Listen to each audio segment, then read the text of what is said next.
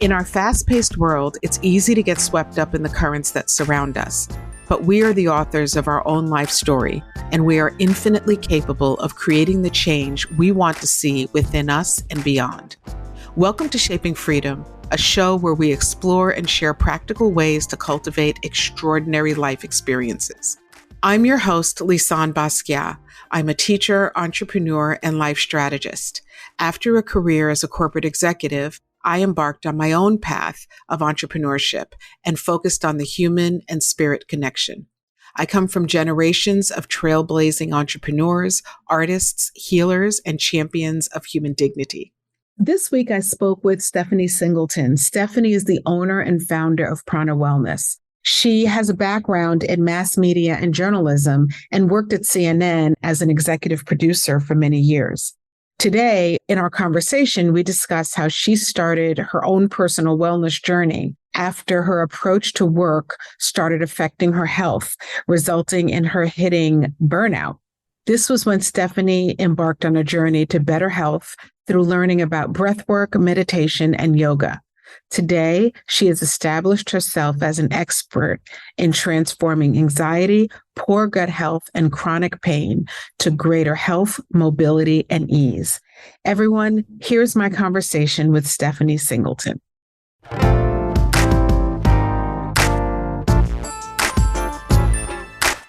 Stephanie, hi. I'm so excited that we're finally getting a chance to have this conversation, Stephanie. I know that first of all, welcome to the Shaping Freedom with Lisanne Basquiat podcast, Stephanie. I'm really excited that we're finally having a chance to have this conversation. Thank you. Thanks for having me. Yeah. And I know we've gone back and forth for a while, with the holidays at the end of 2022. We've been talking about having this conversation for some time. And I know that there was some scheduling things, we're both super busy. I think that you're one of the few people that I know who travels the world constantly. Yes, all the time. I know. And I never know where I'm going to see you as I, when I'm following you on your Prana Wellness Instagram page. But I always love watching you talk to people from all over the world and watching you talk to your audience from all over the world. Thank you. Yeah, we started talking about having this conversation a couple of months ago, and it was to talk about the topic of burnout. And at the time, I know for me and a lot of folks that I speak with, and I'm sure in your practice as well, there were a lot of folks last year who really hit the ground running in the beginning of 2022. They felt as if, the world was kind of opening up and we felt kind of held back. And so many folks just hit the ground, all gas, no break, running into 2022. Yeah. And by the end of the year, people were tired. Yeah. And so you and I were having a conversation, and Stephanie Singleton is also a member of Hair Hub Carlsbad. And I think we were at an event or we were talking about something, and you mentioned burnout. Yes. And we kind of looked at each other and it was like, hey, would you be willing to come on to my podcast and let's have this conversation and talk about burnout? And so I'm glad that you were willing to do that. I know it took a little bit of time for us to actually get here having this conversation. And we are in the beginning of 2023. And I know I had this fantasy that I was going to shut things down at the end of last year and then come into 2023 all refreshed. I never stopped. And I'm seriously. And I'm speaking to more and more people this year who even a couple of weeks into the year, although it seems like months, 2 weeks into the year, there are so many folks who are still feeling burnt out, who never really took that break, and who are looking for some support in figuring out okay, what do I do when I'm feeling like I'm in this stage of burnout? And so what I'd love, first of all, you founded a company called Prana Wellness. So first of all, let's tell the people who you are. Let's start with that. And then if you can weave in there a little bit of, put some context around your story of burnout, and then we'll see where the conversation takes us from there. Sure, sure. Happy to. Thanks again for having me. So I'm the motivator in chief at Prana Wellness. We do corporate wellness programs for the workplace to help people and individuals at companies stress less and accomplish more. And I think nowadays everyone needs to stress less and accomplish more, but especially there's a need in corporate America with the Great Resignation and layoffs and all these things. Employees' well-being is not being put first anymore, not by themselves or by their employer. So I saw that need out of a need for my own, and I chose to fill it. I'm also a clinical yoga therapist, so I work with people one-on-one to heal specific mental and physical ailments through the tools of yoga. And I started my company because I was a producer for CNN for 7 years, and I experienced a great deal of burnout during that time. For those 7 years, 2 of those years, I was waking up at 3 a.m. I was waking up at 2 a.m., working the 3 a.m. shift for 2 of those years. And it was nonstop breaking news, constantly on call, having to stay longer and handle breaking news. And it was definitely burnout. And I didn't realize what I was doing. I've always been into health and fitness and all those things, but I wasn't really minding my mental wellness at that time because it was just the clock's turning. It was constant chaos and just go, go, go type of lifestyle. And that's what I was used to. And it wasn't until I actually had a panic attack at work that it all hit me that I needed to do something about this. So part of my story is that I started my business because I had that panic attack at work. I experienced anxiety unknowingly for about 2 or 3 months prior to the panic attack. I had heaviness in my chest, and I went to 3 separate cardiologists.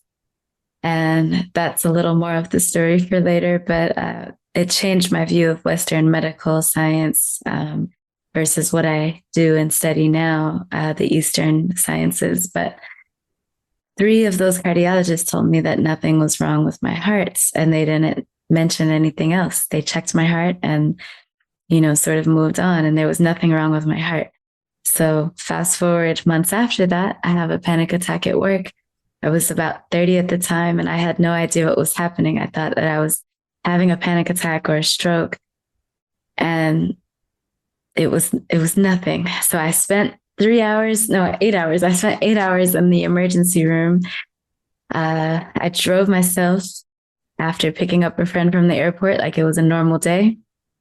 And she told me to go to the ER because I told her my blood pressure was super high. I think I stopped at Walgreens for some reason and went to check my blood pressure. And I was like, oh, that's a little worrisome. So I went to the ER. They did all the tests on my heart, and they said, honey, you are very healthy. It's like, okay, so, and they're like, you're stressed out. You are experiencing a panic attack. I was like, oh, good to know. So on one hand, I was relieved that I wasn't, dying of a heart attack, but it was odd. And everything just started coming together in my mind. The first thing I said was, how did all those doctors not even mention the word stress or anxiety at all? They said, your heart's fine. Have a great day. But and even even your response of like, or even you stopping off at a drugstore to take a, I don't know why that is not the sign of a person who is in their stuff, Yeah, nothing totally. is, where we're just like, oh, I know, I'll just stop over here and, handle this versus like getting the care first. I was Googling urgent cares in my car while I was driving to the airport. I was Googling urgent cares near me, and I was Googling what insurance they take. So, I've never shared this publicly. I've had 2 panic attacks in my life. Mm-hmm. And the second one was it was right around the time that I bought Harahub Carlsbad. Mm-hmm. And I bought Harahub Carlsbad. My father had passed away within a couple of years of that time. I was knee deep in figuring out what managing my brother's estate looked like. And I had bought Harahub Carlsbad, and I had gone through a breakup, a really significant breakup. And I was a mess. And so when I think about that, what made me think about it is similarly, I was a mess. And I was just continuing my life as if nothing was going on. I would get up in the morning and be like, but let me get it together and let me just, put on some lipstick or whatever and go do the thing. And it was in, Hera Hub Carlsbad as a community, right? And so I would go in to be amongst and support, almost 100 female entrepreneurs every day. And I would sit there, and it was early, so I didn't have help there at the time. And I remember there was this one day that Felina was hanging out with me. So we were just sitting, talking, and I'm sitting in the office. She's sitting across from me. I have water. She has water. We're just chatting. And all of a sudden, I felt this sensation throughout my body that I had never felt before, ever. Yeah. And I was like, and I'm literally looking at her, my eyes start to tear. And I don't even know why, but I know I'm feeling something. And I looked at her and I said, Felina, I think I may be having a heart attack. And the funniest thing, so she starts looking online, right? Instantly. She's like searching stuff out. And I'm like, I don't know what to do. I don't know what to, and so she's like, so I said, I think maybe it's a panic attack, right? And so we're trying to figure it out. And she's like, okay, I'm not going to let you go home by yourself. Let's leave your car here. And what I say is, I'm not leaving my car here because I don't want to have to come back for it. So I'm going to drive. Thinking of all the things. Yep. And I'm like, it's like I drove to the airport. And I'm like, I'm going to drive. Follow me. Right. And so there's more to the story, but it just reminded me of the madness in that, just the madness. And I'm texting my daughter. And I probably texted my kids, and I'm just like, I'm in my car. I thought I was having a heart attack. And Felina's behind me. Don't worry. Yeah. I mean, thank you for sharing that, because so many people have experienced panic attacks and either don't talk about it or they don't know what they were. They genuinely don't know. Like, I mean, if I didn't go to the emergency room, I literally thought I was having a stroke, because it felt like that numbing, tingling sensation all down my left side. Like my hand I couldn't grip the steering wheel. So imagine me driving to the airport, kind of like this is what I'm saying, thinking I'm having a stroke. I mean, so it was, now I can look back on it and laugh, like how ridiculous was that? But at the time it was awful. So, I mean, those symptoms were building for months. I had this nervousness and this sometimes shortness of breath. It felt like, an elephant was standing on my chest. It felt like chest pressure. And I told that to the 3 cardiologists that I saw, and not one of them said anything about stress or anxiety. So that really baffled me. But I knew that there was something going on, and caffeine and weightlifting, those can contribute to anxiety, which I had no idea at the time. But I tell my clients now. Yeah, tell me about the weightlifting part, because I think there are a lot of folks who feel anxiety and they're like, let me go work out and see how it, like, why wouldn't you? It's not that you shouldn't work out. So a few triggers of anxiety are caffeine, alcohol, and lifting weights. All 3 at the time I was doing. I was drinking my wine every night. And I'm not a caffeine drinker. I'm not a coffee drinker, but I treat myself to a chai every now and then. And so I was having chai like literally the week and the day that I had a panic attack. And I was doing sort of like mock CrossFit type of thing. So it's the Olympic style weightlifting that is specifically not good for anxiety. I mean, you can go and do because it's, how do I explain it in non-fitness terms? It like expands your lung capacity. And so it's, you ever heard the myth about CrossFit, how it'll make you explode? It's a myth, but it's kind of related to that myth about how it's pumping so much oxygen to the brain because it's heavy weights. And so it's the amount of weights. Like I was going and lifting very heavy weights, in particular that week that I had a panic attack. So it wasn't like I was lifting 10 pounds and 10 pounds. I did that all the time. I understand it's the heavier weightlifting. The reason why I'm bringing that up is because as you were mentioning that, I can call off a few people that I know of who, when they're feeling anxious, they will go and heavy lift. I'm talking like, I don't mean like the 10-pound, like really people who are into weightlifting. And so I think they do that as a way of decreasing the anxiety. But now that you're explaining it, I can absolutely see how that can contribute in a way, because it's kind of like elevating something that's already. Yeah. So a good analogy is wine. So a lot of people sleep with wine by the bed to help them go to sleep, red wine specifically. And some people say it doesn't really work for anyone. It's a myth, because what it does is it gives you the kind of illusion that you're tired because it makes you sleepy, so to speak, but it actually keeps your nervous system awake, and it increases the sugar in your body, though it disrupts your REM sleep. So you're actually disrupting your circadian rhythm, your sleep patterns, by drinking wine or any sort of alcohol before bed. And so the same thing is happening when you're heavy lifting. It's giving you that sensation of, oh, I'm burning calories. I'm feeling great. I'm like burning off steam. I feel good. But you're actually disrupting your heart and your nervous system at the time. Because think about the nervous system. You have your parasympathetic nervous system, which is the rest and digest nervous system. Then you have the sympathetic nervous system, which is your fight or flight. All of this pumping and doing all the big motions and CrossFit style stuff, that is sympathetic nervous system. It's the fight or flight, which is not a bad thing. It's not a bad thing. It's just a bad thing when it's coupled with anxiety in the moment, right? So you want to be mindful of that. If you're stressed out, do yoga. That's my solution for everything. Okay. That makes total sense, because the thing is that if you're feeling stressed out, you're up here, right? You're every part of your body, your brain waves, all of it, everything's, in a hyper mode. And so what you want to do is you want to do things that are going to counter that activity and that stimulation to bring you down versus looking for things that are going to push you past that threshold that you're already at.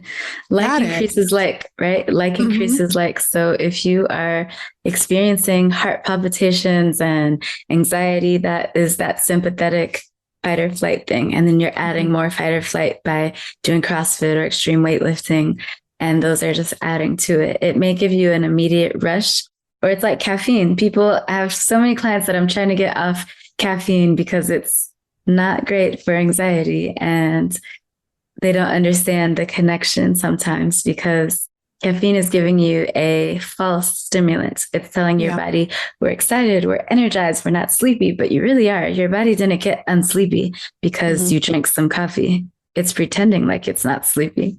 And then after you finish that cup of coffee, then a couple hours later, maybe you're like, oh, I'm sleepy again. And then you drink another cup of coffee, but it's just artificially propping you up, so to speak. Same thing with weightlifting in terms of anxiety. So as I'm drinking my cold brew, my leftover cold brew at 3:30 in the afternoon.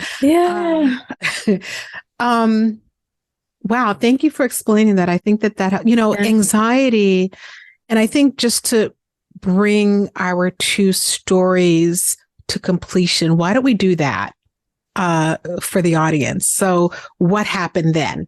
Let's bring your story to completion. I'll bring mine to completion, and then we'll kind of move on into the topic of anxiety. I'd love to talk a little bit more about that.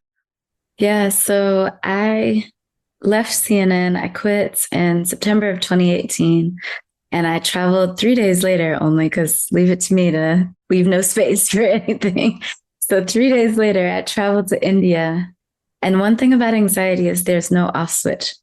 So I was thinking, okay, I know it was anxiety. I'm going to do better. I'm going to be all about wellness. And I just thought, it would click, and it didn't. And I was pissed off. I was like, what happened? Because I'm an experienced traveler, and I got to India and I was like, this is going to be easy. It's going to be great. It was not. It was not all unicorns and butterflies. It was really, really mentally and physically challenging the first 2 weeks. So for the first 2 weeks I was there, I actually couldn't sleep. I was like sweating in bed. I was like waking up feeling that sensation of a panic attack, just very like nervous, anxious energy for the first full 2 weeks. And I was like, I'm in India, literally under the Himalayan mountains. I'm like in a yoga ashram doing meditation. Why isn't, this changing? But it doesn't just shut up. So I was learning the things. I had to take a step back. learn and understand what my body was doing, what my body was telling me. So yoga really, really just helped me heal. I mean, I had to start from ground zero and just forget everything else I had in my mind and really take in what I was learning about yoga, breathwork, meditation there. I went to India with the intention of not being an entrepreneur. I went to India. I said, I'm going to expand my personal yoga practice. I'm going to learn about yoga and I'll come back and get a job at another production company. It'll be easy. And that's not what happened. After those first 2 weeks, I literally had the most cliche epiphany possible. And I was under a waterfall in India. And the thought just came to me.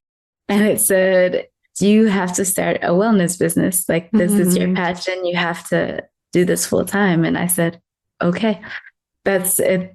It just struck me.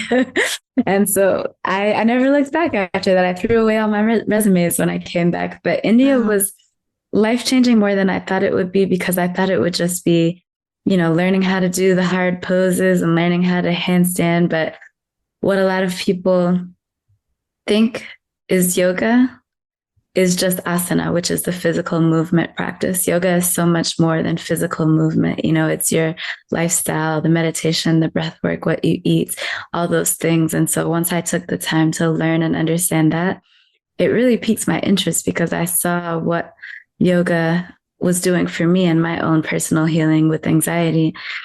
And I was like, I have to share this secret, I have to get this out. And I think it's a lot of understanding of the body. The body really heals itself. And that's what I like to teach my clients all the time. The body, I'm not doing anything. I'm not some magical healer. I'm giving you the tools to understand how your own body can heal itself. And that's what I learned from my experience in India through all the yoga, meditation, and breath work. It just brought me to that place of healing. So, one of the things that I want to call out also about your story is how important it is, or how profound an experience we can have when we're just out and about in nature. And that's one of the things that I notice about you, and anyone who follows you today or chooses to follow you at Prana Wellness, is that you are oftentimes outside in nature. And there's just nothing. And, being from New York myself, you're not always in an environment where, nature is as abundant as it is in Southern California and other places. But there's something to be said for being out in nature, putting yourself in a place of being out in nature. And there's something to be said for the way that the universe can speak to you, or a way that you can hear yourself also at a deeper level when you're out. So the fact that you heard that sitting under a waterfall, in the Himalayas, which is gorgeous, right? I have the picture of it, actually. I'll send you the picture. We want to see that. We want to see that. Make sure you send it. It's so crazy. But it's, I love nature, and I always now use it as a therapeutic suggestion to my clients to get grounded in nature, because nature will literally ground you. It is a healing tool by all means. It's sometimes if I'm feeling kind of antsy or, anxious, I will just go outside and touch the grass, touch the trees, walk barefoot. I mean, I'm a Caribbean girl. My family comes from the Virgin Islands, so I'm used to walking around barefoot a lot. So I just go outside and walk in my driveway barefoot. Sometimes I sit in my driveway like a little monk, and people are like, "What is she doing?" I'm just sitting in my driveway because it feels good. It feels nurturing. So you're right. A lot of the things I do are outside because it feels so nurturing and grounding to me. So I can't emphasize that enough to people, to take advantage of the nature you have around you to feel grounded. And things just feel, you get a different perspective. It's funny. I was talking about my own journey and how intense last year was. I worked really hard, worked really long hours, and it was great. I did what I set out to do. And by the end of the year, I really started to recognize in my own body and in my own emotional and mental state how it was really time for me to remember what I need, because each one of us, like we have the practices that help us to be on course emotionally and mentally and physically and spiritually. And I was really overtaxing my mental. The number of decisions that I made last year was just incredible. Just in volume. And by the end of the year, I started to recognize that feeling of fatigue. Yeah. Just fatigue. And, and I also recognized myself being a little snarkier than I'm accustomed, that I usually am. Yeah. And I sat down and I'm like, what's different? Because that's always the question. Like, okay, if I'm feeling this way, what's going on? And I realized that a very simple practice that I always had, which is get up, get out, take a walk. Like, make sure I have that time just to get out. Yeah. Like, even if I'm not intensely working out or any of that, just get out and take a walk, walk around, I realize that some of those things, taking a walk, drinking more water, practicing yoga, like the simple things that I do, that I know are healthy for me, I found myself, straying away from. So intentional walks are so important. During COVID, my mom actually got me walking more because she was staying with me at the time during quarantine, and she would just go for like hour-long walks around our house. And I was like, I'm going to do this one day. So, and when I say intentional walks, I mean no phone, no fitness goals, no music, no headphones, just walk with no purpose. Because for me, it was hard to I can do without the phone, but it was hard for me to not track my miles and like try to go faster and try to, let's jog some. No, let's just walk and observe and look. So I started playing with this game with myself, and I would just look around my own neighborhood and see the things that I had not seen before. So what's new today that I didn't see yesterday or the day before on the same walk? Just see if you can expand your awareness like that, because it brings you to a whole new mental state of expanded awareness. And I would come back and just write in my journal and have so many creative ideas. And I was ready to work when I got back because I was refreshed. You have to allow your mind those moments to reset and refresh during the day. You're not a machine. No one is, and I'm not. What are you talking about? Your nervous system, how dare really, you? I know that's what we think, your nervous system really needs time to reset and replenish. And it can't do that properly unless you kind of turn the off switch. You have to allow rest and invite it in. So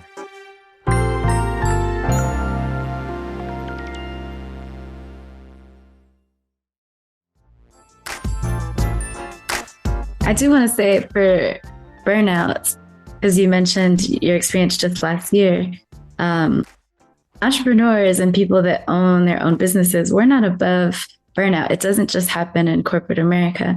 And I realized that the very first year of entrepreneurship, I just hit the ground running. I had no boundaries with myself. And as an entrepreneur, I'm sure you know that there's no schedule. You don't have to have a schedule per se. So that was the hardest part for me.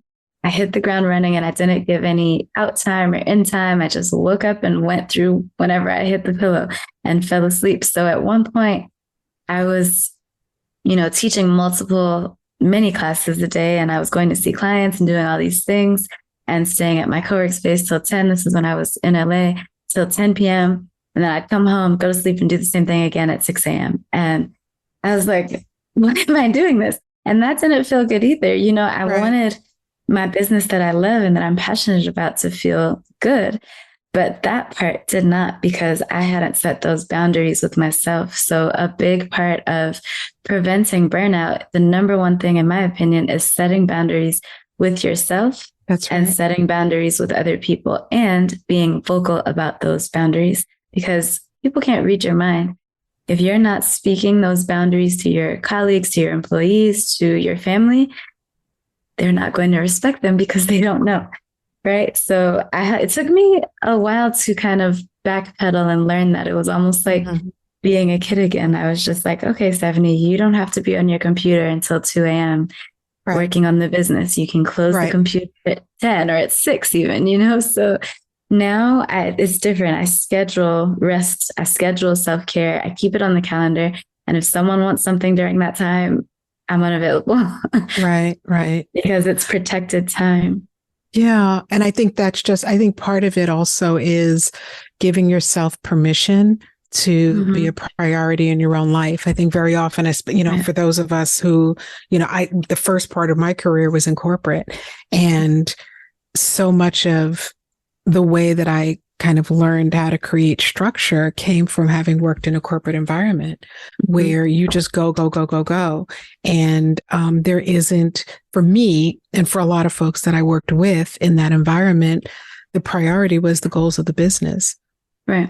And so then I've been an entrepreneur for quite some time, but I took that and applied it to me as a business owner, which is wonderful because it's great practice and it's really great structure. And there's no one that's going to prioritize my health, my self-care, but me. At the end of the day, I'm the one who has to make that decision. Like, are you going to go back to back like today, back to back all day with like 30 minutes in between, somewhere stuck in the middle of that? Or are you going to recognize that you're a human being and you can do that today if that's what is required or if that's what's going on? But what that means is that tomorrow you find a way to counter it. So I really do think it's about harmony, bringing harmony to the different ways that I'm showing up in the world and not having the pendulum always swing in any one direction. Yeah. Creating space is important. Creating space mentally and physically. I wrote my newsletter on that this morning, creating space, because in order to clear your mental space, your physical space sometimes needs to be clear. So my office looks like this all the time, like pretty clear, minimal stuff, because I can't think in here if there's clutter everywhere. So I spent all day yesterday and the day before rearranging my closet and redoing the bathroom cabinets, all these things. But I felt so good because I felt like a mental relief, and you have to account for those things, be mindful of the physical and mental clutter that you have, that you're carrying, because we all do, That's funny because I actually, that was my plan this weekend. And then I decided that I wasn't doing any of that stuff. So I started with the little portion. I got that done. And I was like, you know what I'm doing? Nothing. Who I'm talking to? Nobody. I got nothing.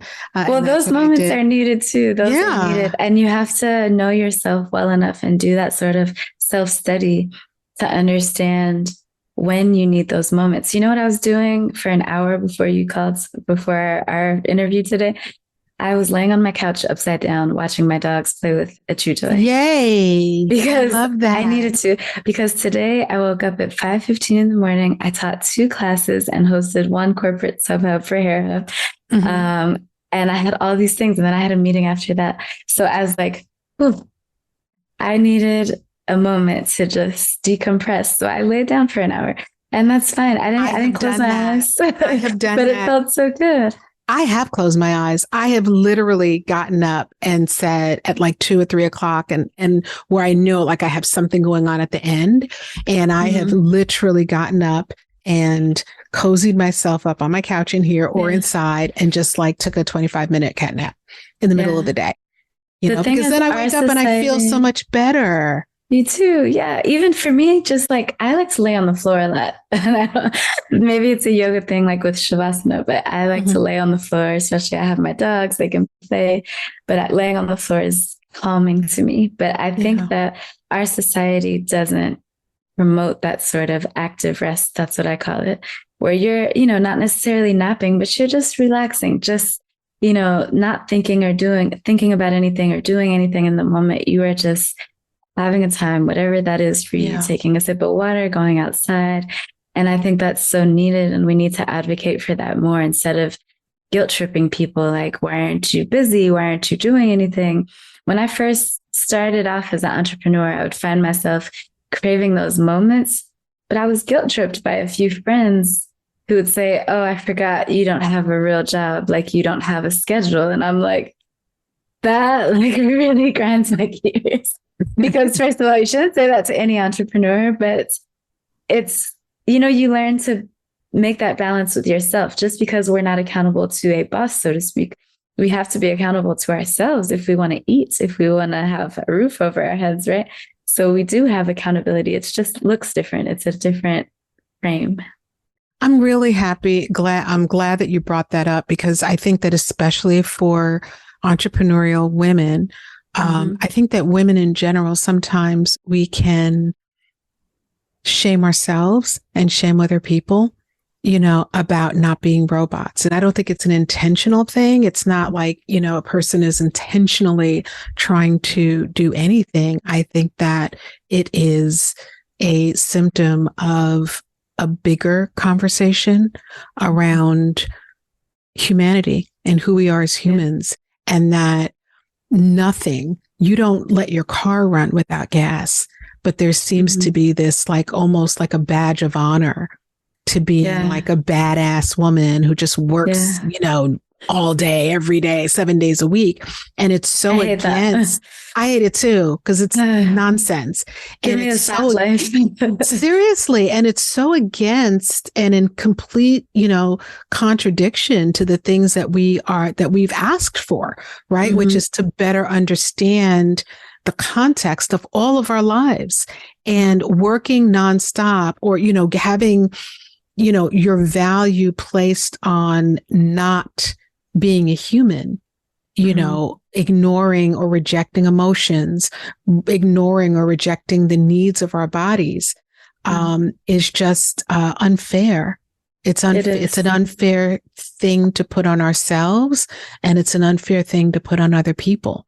And I don't think that that's where our value truly is. It's, in the outcome. And we each have the ability to figure out how to get there and what works right for each one of us, and if having a siesta in the middle of the day is, or chilling out with your dogs, or stopping everything and just like practicing yoga in the middle of the day, and don't worry about the fact that you don't have lipstick on for the next meeting. Like, just like really doing the things that, especially those of us who are entrepreneurs, a lot of us have did that or made that decision because we want a lifestyle that we have more power, that we feel more empowered with. And so, free yourself, allow yourself to be well, allow yourself to do it in the way that works best for you. Can't see this. Let me see, turn it around a little bit.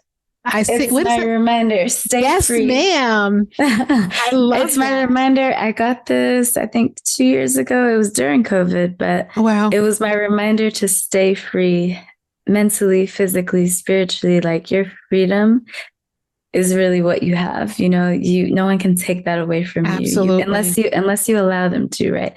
Absolutely. So be free in everything that you do. It's my reminder to just don't let anything steal your energy, steal your joy. Like, you have control over those things each day. In India, one of my gurus in India taught me, you put your hands together like this, cup your hands, and just put them over your face, and then slowly, slowly bring them away. And just notice in the palm of your hands, you're staring directly at them. You have creation, sustenance, and destruction every day. Those same three things you wake up with and you go to sleep with every day: creation, sustenance, destruction. And you have the ability to choose which ones you interact with and how each day. And I mean, it's a lot to swallow. I had to dissect that a little bit in journaling when I first learned it. It was like, what are you saying? Creation, sustenance, and destruction. And it's true. I mean, if you focus on those things and choose accordingly, then it's like, no one can steal that sort of freedom from you, your joy, because you have that choice. You're co-creating always with the universe. No one else is in control but you. You have the ability to be the co-creator with the universe every day. Absolutely. I talk about through my work with NLP and with Huna, and what we talk about is creation, transformation, and completion.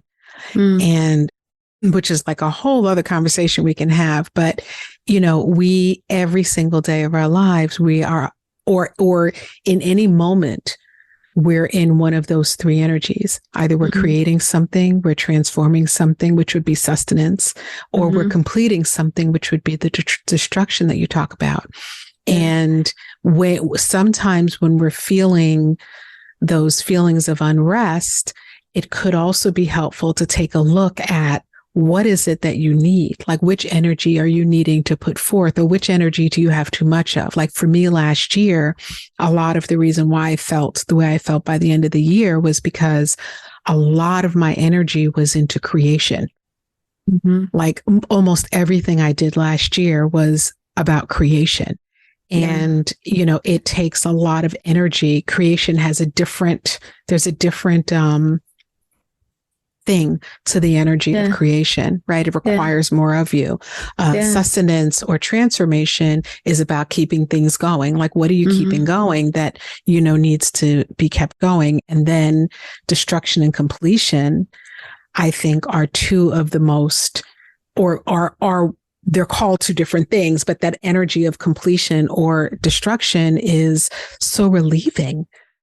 Right? Because it's like, what can you bring to completion? What do you need to bring to completion? You start each day, you go through it, and then there has to be a completion. And I think that when we are in a place of discomfort or confusion, a lot of times we should be looking at, or we could look at where our energy is. Is it in creation, or is it in completion, or is it time to create something new, or are we over creating or creating so much that we need to counter that? Or are there things that need to be brought to completion or destruction that are just hanging around waiting? It's so true. It's good. I always say that fires aren't always bad. I like to look at fires. Sometimes I burn candles and incense a lot, but we view fires as bad so much, but fire is actually good. You're burning and shedding and creating new layers for something new to be born. So sometimes you have to burn some things to get some newness, right? Yes, ma'am. I have my Shaping Sanctuary. I saw that. I love that. Right in the corner. I'm going to open it up to a plug. And then I want you to explain to the people as I'm holding this up. This is aligned. I love that. So my candles, I have 4 of them. Aligned, congruent, activated. Aligned, congruent, activated, and soothed. And they are each, they're all natural, beautifully scented, and beautiful wick, long burn. Anyway, I love that. I digress. I would like, before we wrap this conversation up, I would love to have you answer the $1 million question. Then that question is, what is yoga therapy? Dun, dun, dun, dun. Yeah, I want to hear it. I love that question because I actually made a shirt of that. It says, ask me about yoga therapy. And I actually get stopped in the airport. I travel a lot and I get stopped in the airport, people asking, because yoga therapy is blending of Eastern and Western medicine to create a more holistic picture to heal the human body. So it is using the tools of yoga to heal specific mental and physical ailments. So when I see someone one-on-one for yoga therapy, my specialty is gut health, chronic pain, and anxiety, and how those three are correlated, because they're always, always, always correlated. I will get clients, it never fails, that say, oh, I'm coming for anxiety. And then I talk to them 2 sessions and they have chronic low back pain and they have acid in their belly and all these things. And I'm like, there's a connection. But yoga therapy really takes a holistic view at your spiritual, mental, physical, social, energetic health, and takes that big picture view and tries to connect the dots. So what is your body doing, and where are the missing links? It's trying to create a mind-body union in order to heal a specific ailment. So it's different from Western medical practices, and that instead of trying to, how should I put this, gently or not gently? Just put it. This is Shaping Freedom. Speak the truth. It's free. It's free. Yeah. So instead of trying to treat the symptoms and putting a Band-Aid over it, like medicine or what have you, or surgery, we try to get to the root of the cause. What is actually causing your symptoms? So if you come to me and you say, oh, I have chronic low back pain, I'm not going to say, okay, bend over and touch your toes and that should stretch your lower back. I'm going to ask you what your daily movement is like, what your lifestyle is like, what your past traumas, current traumas, your stress level, your daily routines, your morning habits, sleeping habits, food, all of these things factor into your pain profile. And most people kind of skip that over. And I learned this through my own experience when I had the panic attack, and no one mentioned anxiety. So all of that is connected. So yoga therapy really aims to heal the whole person and not just treat the symptoms. Yeah, I love that. And it's similar to the work that I do and the belief that I have around, a lot of times a person will come and they're like, I don't like this relationship, right? And it's like, there's like the top level response or reaction, which could be, oh, well, let's like figure that out, right? Or it's like, let's take a peripheral look at what's going on. What's going on with peel this back person. The layers. Yeah, like what's going on with this person, what's going on with this person, and what do they believe and what feeds into that? And let's talk about your family and, how is this pattern similar to patterns that maybe are played out in your family's dynamics and in the way that the people in your family communicate, and thinking about that with both people. So yeah. I think that, in this world that we live in, where very often we're looking at the image, we're looking at the thing, the beautiful face, the filter, the social media profile and this kind of thing. I love this work that you're doing around looking at what's beneath it. Like what is factoring in, and then you'll get to the back, right? Maybe, I don't know, right? Yeah. But it's really about what's happening that can be contributing to that, because unless you do that, then you're putting yourself into this cycle of stretch your back out. Okay, now nothing else has changed, so you kind of go back to this place. Yoga therapy is like an onion. You just peel the layers. We never start with this one surface issue. We have to do some digging and uncover what's really going on. But in order for that to happen, we have to have a full picture of your health and your lifestyle, things like that. So that's what I enjoy about what I do the most, getting to understand people's lifestyles and habits. Talk a lot about the habit loop and triggers and self-awareness, things like that. And also just understanding that the tools of yoga are what's really making up yoga therapy. It's not just what we commercially think as yoga, which is, as I mentioned, asana, which is the physical practice. It's not upward dog and downward dog and then poof, you're healed. That's not yoga therapy. Yoga therapy is the mental, the physical, the energetic. So meditation, breath work, lifestyle, nutrition, journaling, all those things, that is all under yoga therapy. And then we move. I love that. I really love that. And what I love about it is it seems, again, like you said, like there are the poses.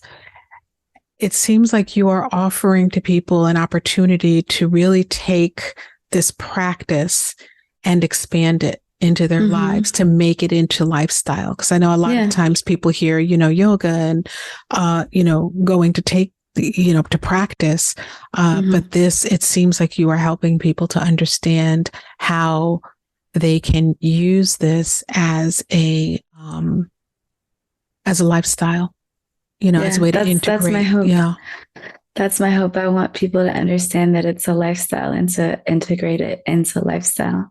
Yeah. So I have two quick questions for you before we wrap. First question is, what is corporate America missing today? A lot of things. Yeah. I think that corporate America is missing the prioritization of their employees' wellness because, and some, not all, I think we're slowly getting better. But during the pandemic, I think it gave everyone a reality check about how important physical and mental wellness is, because we had this physical illness that was attacking the whole world at the time.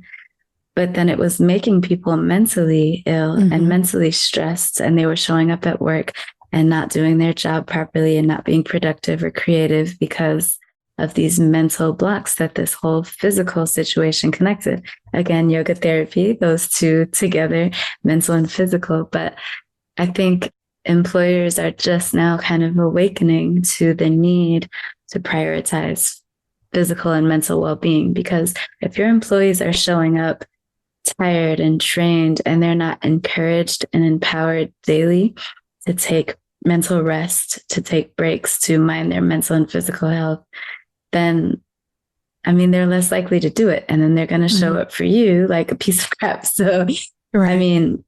I think it's on employers to promote and encourage that more so that their employees feel more supported, because what I'm hearing from employees is that they don't feel supported or encouraged to do those things. They feel like they're not allowed to, or they don't have time to during their day. But the clients that I book with corporate wellness, they're taking those steps and they're allowing employees to do that once a week in a class or whatever we do. And they're saying that it's okay to take this break in the middle of your day to stretch or do breathing or do meditation with Stephanie. So those are things that I'm hoping in the future will be more promoted and less sort of like taboo, because I don't know why people think, oh, we don't have time for that. But no, you make time, right? You make time for what's important for you. And then we brag about, it's people are so much more willing to brag about overwork, and they're not as willing to admit that there are times where they stop. My other question for you is for someone who maybe today, is in a situation similar to the situation that you were in. And I know that yoga is part of your answer. But if you had the opportunity to step into Stephanie's life back then, maybe a week or two before you wound up with a panic attack driving, to go pick your friend up from the airport. What advice would you have for that person? Self-study and yoga. It's called Swadhyaya. And that's one of the limbs of yoga that talks about self-study, self-awareness. So reflecting. If I had been more intentional about reflecting what I'm feeling, what I'm experiencing, what I need even, because who even asks themselves every day, what do you need? Self, I do. Right, exactly. I actually do. That's a great practice. You should literally be asking yourself every day that question, because you need things from yourself. Yeah. You start with yourself and then you tell others what you need, what you require. But I think if I had done a little more self-study and self-awareness, I would have known, hey, it's because I'm stressed, or, I need to dial this back. So I teach a lot of that now, and understanding self-awareness, growing self-awareness, and habit loops, like triggers. So if I'm going to get up and get a cookie, for example, am I getting that cookie because I want something sweet and sugary? Or am I getting that cookie because I desire sweetness in my life? There's a big difference. Yeah. Desiring sweetness in your life could be a hug. It could be the sound of someone's voice. It could be swimming in a pool, many things other than a cookie. But that sugar cookie in the time is filling that void. Right. So self-discovery. Yeah. Stephanie, it has been so wonderful having this conversation with you. Thank you so much. Thank you. It's been wonderful being here. Thanks for having me. Of course. How can people get in contact with you if they want to learn more? I know that you do consultations and things. So yes. How can a person get in contact with you, and who should be reaching out to you? Sure. So if you would like a one-on-one yoga therapy consultation, you can book that through the link on my Instagram or on my website. Website is Prana Wellness Works with s.com, and Instagram is Prana Wellness Works. Same thing. Okay. And we'll have all of that in the notes. Yes. So I love Instagram. If you want to follow me on Instagram, I post a lot of uplifting things and meditations. So if you're needing some mindfulness to add to your day, feel free to follow me. Excellent. Stephanie, thank you so much for stopping by. Of course. Thank you. My pleasure. Namaste.